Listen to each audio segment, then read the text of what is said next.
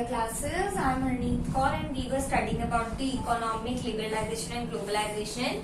We have done in our first video lecture we have read about the topic and we have read each and everything about liberalization. In this video lecture, we learn about privatization and globalization. So, let's start. What is privatization? नाम से लग रहा है कुछ private है ना? तो privatisation का मतलब क्या होता है? जब कोई गवर्नमेंट कंपनी प्राइवेट हो जाती है तो उसको हम प्राइवेटाइजेशन बोलते हैं। अभी अगर आप न्यूज़पेपर्स पढ़ते हो तो बहुत ज्यादा बीच में चल रहा था कि बहुत सारे गवर्नमेंट बैंक्स को नरेंद्र मोदी प्राइवेट कर रहा है, निर्मला सीतारमण प्राइवेट कर रही है ना?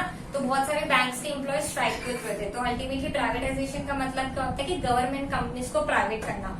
अब आप मुझे बताइएगा, जब आप ये वीडियो लेक्चर्स देखेंगे तब हम बाद में डिस्कस करेंगे कि जो अभी जो स्टेप हो रहा है कि नरेंद्र मोदी और निर्मला सीतारमण जो प्राइवेटाइजेशन कर रही है वो अच्छा है कि नहीं है, ये चीज आप मुझे ढूंढ के बताएंगे एंड हम उस पर आगे डिस्कस करेंगे। ठीक है, तो प्राइवेटाइजेशन का मतलब क्या होता है? ओनरशिप मतलब किसी चीज का ओनर, किसी चीज का मालिक, एंड मैनेजमेंट मतलब वो चीज कैसे चलेगी। ठीक है, जो उसके बोर्ड ऑफ डायरेक्टर्स है, तो वो ओनरशिप या मैनेजमेंट दोनों में से कोई एक, यानी ईदर या फिर दोनों, जब प्राइवेट सेक्टर के हाथ में चली जाती है, प्राइवेट यूनिट्स के हाथ में चली जाती है, तब हम उसको प्राइवेटाइजेशन कहते हैं। Best example is Indian airports.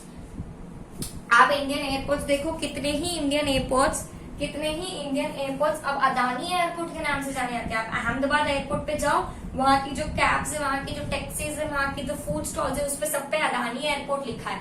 Even अब टिकट्स पे बहुत बार अदानी एयरपोर्ट लिखा आता है। ठीक है, तो अल्टीमेटली क्या होता है कि मतलब या तो वो पूरी की पूरी चीज यानी ओनरशिप उसके पास चली जाती है, मैनेजमेंट उसके पास चला जाता है। अहमदाबाद एयरपोर्ट के मामले में उसका मैनेजमेंट पूरा अदानी एयरपोर्ट पे चले गया। उसके कारण क्या हुआ, चीजें बहुत महंगी हो गई।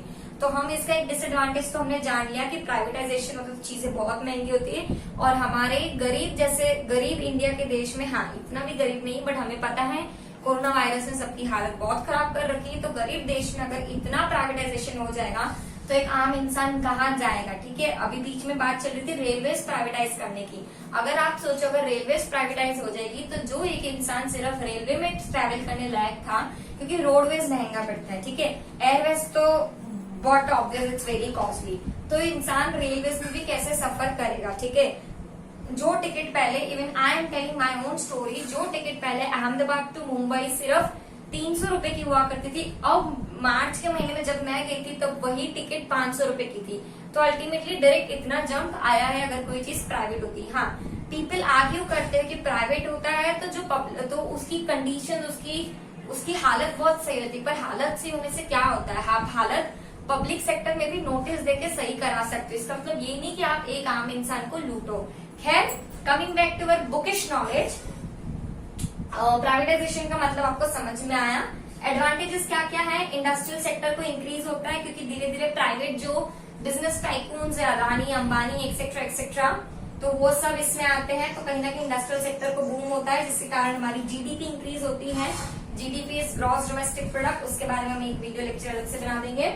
नेक्स्ट इज प्रोडक्शन इंक्रीज होता है, कैपिटल इंक्रीज होता है और गुड्स इंक्रीज होते हैं, सब कुछ इंक्रीज होता है। ठीक है, next is working capacity of public improve. वही चीज मैंने कहा कि पब्लिक को अगर आप पब्लिक सेक्टर को इम्प्रूव करना चाहते हो तो उसको एक नोटिस दे सकते हो, बट अगर आप उसको प्राइवेट कर दोगे तो एक लेवल पे या तो वो अच्छी होगी या तो वो बिल्कुल ही अच्छी नहीं होगी। तो यहाँ पे आपकी बुक में लिखा है कि working capacity of public improve, क्योंकि पब्लिक जो सेक्टर है उसको डर लग जाता है कि अगर हम अच्छे से काम नहीं करेंगे तो हमारा सेक्टर प्राइवेट हो जाएगा एंड हमारी नौकरी का क्या होगा। ठीक है, क्योंकि जनरली एक इंसान गवर्नमेंट जॉब लेता है तो इस आशा से लेता है कि उसका फ्यूचर सिक्योर रहता है, एक जॉब सिक्योरिटी होती है। अगर वही जॉब आगे चल के प्राइवेट हो जाएगी तो उस इंसान को, उसकी फैमिली को तो कितना नुकसान होगा। ठीक है, इसके एडवांटेजेस आपकी बुक में सिर्फ 3 ही दे रखे हैं, बाकी आप अपने मन से लिख सकते हो जितना आप समझ पा रहे हो।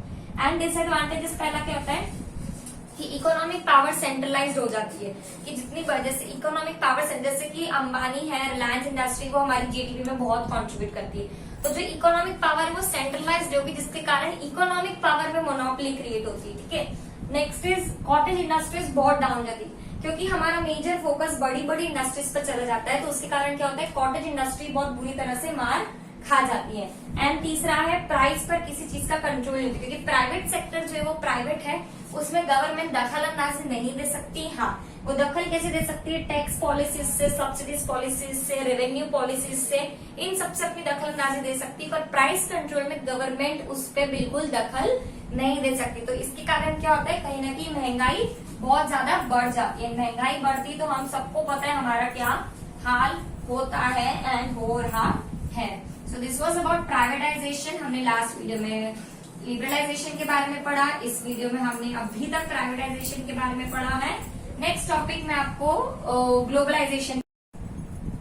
Okay, so next is globalization. Globalization का मतलब क्या होता है कि एक कंट्री की चीजें दूसरी कंट्री तक पहुंचा सकते ऐसे कोई तरीके, यानी कि मेन आप इसको ऐसा समझ सकते हो कि इंटरनेशनल लेवल पर कम्पीट करने का तरीका। ठीक है, तो globalization is the process of connecting one country to the another. हम एक कंट्री को दूसरी कंट्री के साथ कनेक्ट कर सकते हैं बहुत इजीली। उससे क्या हो सकता है, flow of goods, services, technology, people बहुत इजीली होता है। जैसे कि उसके इम्प्रूवमेंट जो है वही उसके एडवांटेजेस है। ठीक है, तो इम्प्रूवमेंट क्या है, ऑब्स्टिकल ऑफ ट्रेड रिमूव किया। अब एक कंट्री दूसरी कंट्री में जाके ट्रेड कर सकती है, अपने लोगों को भेज सकती है, अपने टेक्नोलॉजी भेज सकती है, अपनी पढ़ाई भेज सकती है। ठीक है, स्टूडेंट्स भेज सकती है। तो क्या है, ऑब्स्टिकल रिमूव हो चुका है। ऑब्स्टिकल मतलब रोड़ा, वो रिमूव हो चुका है। कैपिटल एक्सचेंज पॉसिबल है, क्योंकि दूसरी कंट्रीज हमारी कंट्री की कंपनीज में आके इन्वेस्ट करती है, तो एक capital exchange possible. So capital exchange is possible. Capital exchange possible का कैपिटल मतलब मनी होता है, जो कि हर एक बिजनेस इंस्टीट्यूट को चालू करने के लिए आपको रिक्वायर्ड होता है। तो वो पॉसिबल होता है, क्योंकि यूजुअली क्या होता है कि एफडी यानी कि फॉरेन डायरेक्ट इन्वेस्टमेंट हर एक कंट्री में अलाउ होती है। इसका मतलब होता है कि बाहर की कंपनीज आके हमारी कंट्री में इन्वेस्टमेंट करती है। तो कैपिटल एक्सचेंज पॉसिबल होता है ग्लोबलाइजेशन के कारण। टेक्नोलॉजी एक्सचेंज पॉसिबल होता है, एक कंट्री की टेक्नोलॉजी दूसरी कंट्री में जाती है, हमारे सॉफ्टवेयर इंजीनियर्स वहां जाते हैं, वहां के यहाँ आते हैं। बेस्ट एग्जाम्पल इज हमारी कंट्री में अहमदाबाद में, हमारी सिटी में बुलेट ट्रेन आने वाली है, तो हमने जापान से टेक्नोलॉजी ली है। दैट मीन्स कि टेक्नोलॉजी का बहुत इजीली ट्रांसफर हो पा रहा है just because of the globalization. Next is free exchange of labour. हमारी इंडिया में और चाइना में लेबर सबसे सस्ती मिलती है पूरी दुनिया में। तो इंडिया के लेबर्स को बाहर ले जाया जाता है काम के सिलसिले में, क्योंकि वो बहुत ही ज्यादा सस्ती है। ठीक है, ये थे इसके कुछ इम्प्रूवमेंट्स। अब जैसे कि जो इम्प्रूवमेंट्स है वही उसके एडवांटेजेस है। पहला है एफडीआई में इंक्रीज होना, कि फॉरेन डायरेक्ट इन्वेस्टमेंट में इंक्रीज होना। नेक्स्ट है गुड एक्सचेंज पॉसिबल होना, अगेन वही टेक्नोलॉजी पॉसिबल होना, कैपिटल एक्सचेंज पॉसिबल होना, लेबर पॉसिबल होना। हम इंडिया में बैठे बैठे यूएस के ब्रांड्स के, यूएस के स्टोर्स में से चीजें मंगा सकते हैं, वो पॉसिबल होती है। कंपटीशन एट इंटरनेशनल लेवल, एक इंटरनेशनल लेवल पे आपकी कंट्री के लोग compete कर सकते हैं, कंपटीशन कर सकते हैं, वो पॉसिबल होता है। बट उसका हमारे इंडिया में डिसएडवांटेज क्या है कि उसके कारण हमारे जो लोकल हैंडीक्राफ्ट है, लोकल लोग जो है उनको बहुत ज्यादा चोट खानी पड़ी है।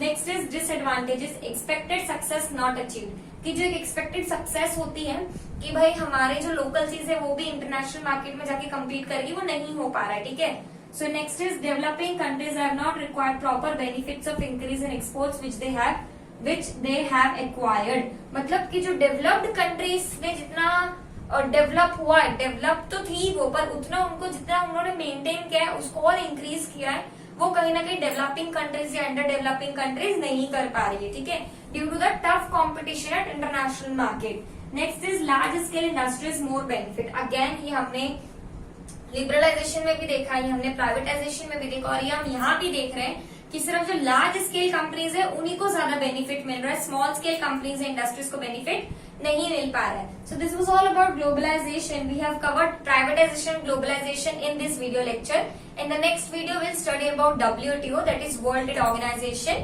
So our three topics are left: WTO, impact on economy, and sustainable development. We'll complete that. I hope I'm clear till here. And yes, keep reading it. If you have any doubt, do let me know. Thank you.